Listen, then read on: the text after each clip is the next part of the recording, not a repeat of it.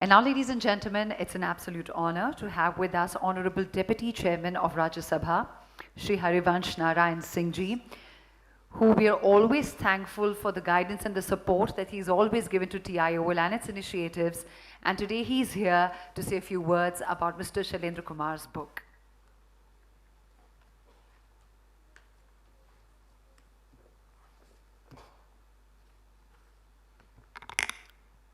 आप सबको मेरा नमस्कार। भारत के सर्वोच्च न्यायालय के जस्टिस न्यायमूर्ति ए.के. पटनायक जी, भारत के additional solicitor general Shri N Venkataraman ji और शैलेंद्र कुमार जी, इस पुस्तक के लेखक। सबसे पहले शैलेंद्र जी को चाइनाज यू टर्न पुस्तक इतनी सुंदर लिखने के लिए मेरी भी बहुत बधाई। हम सब जब विद्यार्थी थे तब से चीन को जानने और समझने में रुचि रही। ये वो समय था जब चीन करवट ले रहा था और चीन को जिस व्यक्ति ने बदला हमारी सीमित समझ में, वो देंग सियाओपिंग थे। उस व्यक्ति की दो कहावत जो विद्यार्थी दिनों में हम लोगों ने सुनी, एक का मैंने उल्लेख अपनी फॉरवर्ड में किया है। पहला था, it hardly matters whether cat is black और white till it catches mice. यानी सिस्टम वो जो इफेक्टिव रिजल्ट दे सके। और दूसरा, उसी वक्त उन्होंने कहा कि हाइड योर, आपकी जो क्षमता है उसको छुपाकर इस रूप में काम करें कि जब आप इतने पावरफुल हो जाए तो दुनिया पर खुद आप की छाप पड़े, दुनिया तब आपको जाने जब आप इतने ताकतवर हो गए।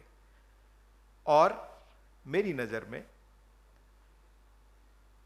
इकोनॉमिक डेवलपमेंट की हिस्ट्री में शायद इतने कम समय में किसी मुल्क ने अपनी इतनी बड़ी तकदीर नहीं बदली।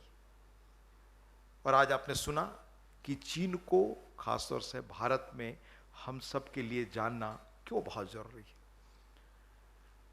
हमने जब यात्रा शुरू की इस मुल्क की आजादी के बाद, उसी के लगभग चीन ने भी नई व्यवस्था में अपनी यात्रा शुरू की। पर चीन ने उस वक्त तय किया कि 100 वर्षों बाद हम कहां होंगे। उनके पास अपना डॉक्यूमेंट है कि आफ्टर 2047-48 हम कहां पहुंचेंगे। भारत ने अब तय किया 14 के बाद कि हम 100 वर्षों बाद कहां होना चाहते हैं।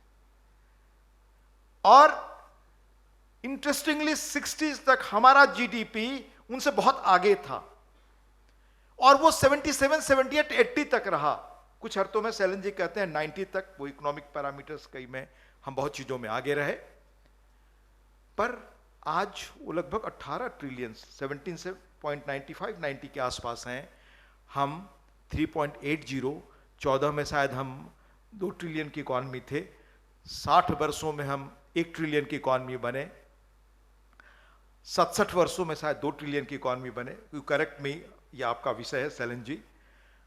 और कोविड के बावजूद वी स्टैंड नाउ 3.80, हम 5वीं अर्थव्यवस्था दुनिया के बढ़ने की ओर हैं। और इस 21वीं शताब्दी में आर्थिक ताकत ही हम सबका भविष्य तय करने वाली है।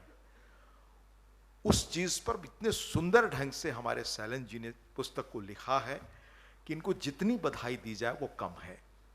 मैं यह कहना चाहूंगा कि शैलेंद्र जी ने पत्रकारिता में अपना कैरियर शुरू किया और इस पुस्तक में खास तौर से उन्होंने चीन की फॉरेन पॉलिसी पर जो अपने साप्ताहिक कॉलम्स लिखते रहे, बड़े thought provoking, well informed, content में बहुत रिच, उससे उन्होंने भविष्य की घटनाओं की इंसाइट क्या मिलती है इसको जोड़कर लिखा है। इसलिए वो बधाई के पात्र हैं। आज दुनिया एक बड़े क्रिटिकल फेज में है और इस पुस्तक में चीन की विदेश नीति का एक through and thought provoking exploration है। एक ऐसा विषय जो आज की हमारी दुनिया, भविष्य में गढ़ने वाली कॉम्प्लेक्स डायनेमिक्स को समझने के लिए बहुत मदद करती है।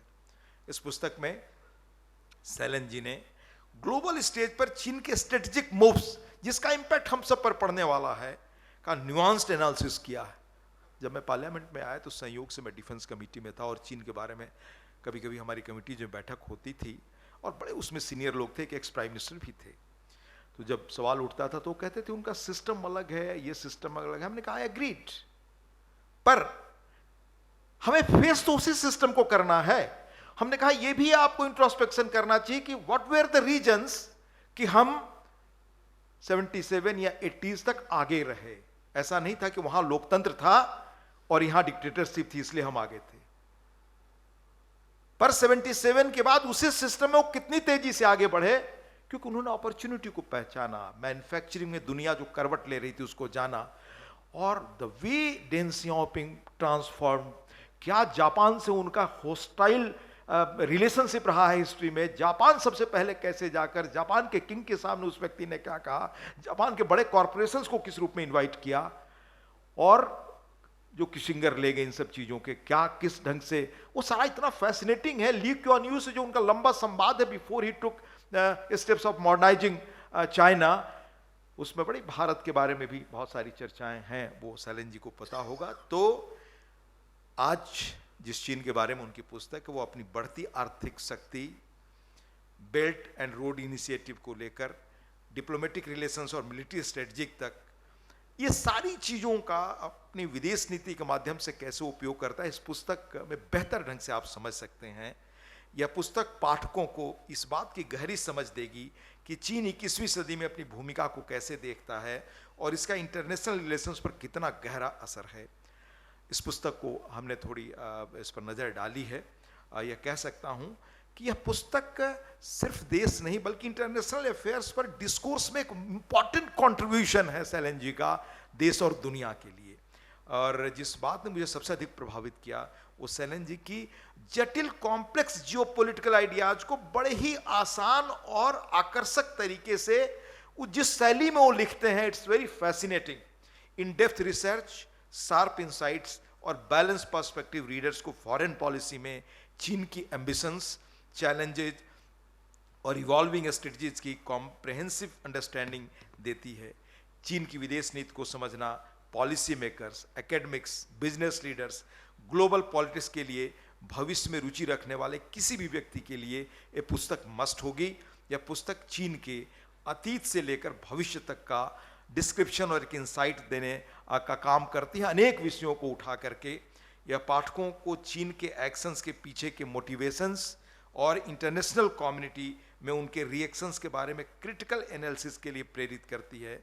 श्री सैलन जी को उनकी कड़ी मेहनत, इमिनेंस रिसर्च, एनालिटिकल रीगर और इतिहास और वर्तमान घटनाओं की गहरी समझ के लिए मैं बहुत धन्यवाद देता हूँ। इस पुस्तक के ऑफिशियल रिलीज पर मुझे आपके बीच शरीक होना मेरे लिए प्रसन्नता की बात है। मैं पुनः उन्हें इस बहुत उत्कृष्ट काम के लिए, बड़े सुंदर छपाई के लिए जो हमारे पूर्व जस्टिस पटनायक साहब ने कहा, मैं पुनः प्रकाशक को भी बधाई देता हूं और इस पुस्तक के लेखन के लिए पुनः सैलन जी को बहुत बधाई। आप सबके बीच होकर मुझे अपनी बात शेयर करने का मौका मिला, आपको भी धन्यवाद। नमस्कार।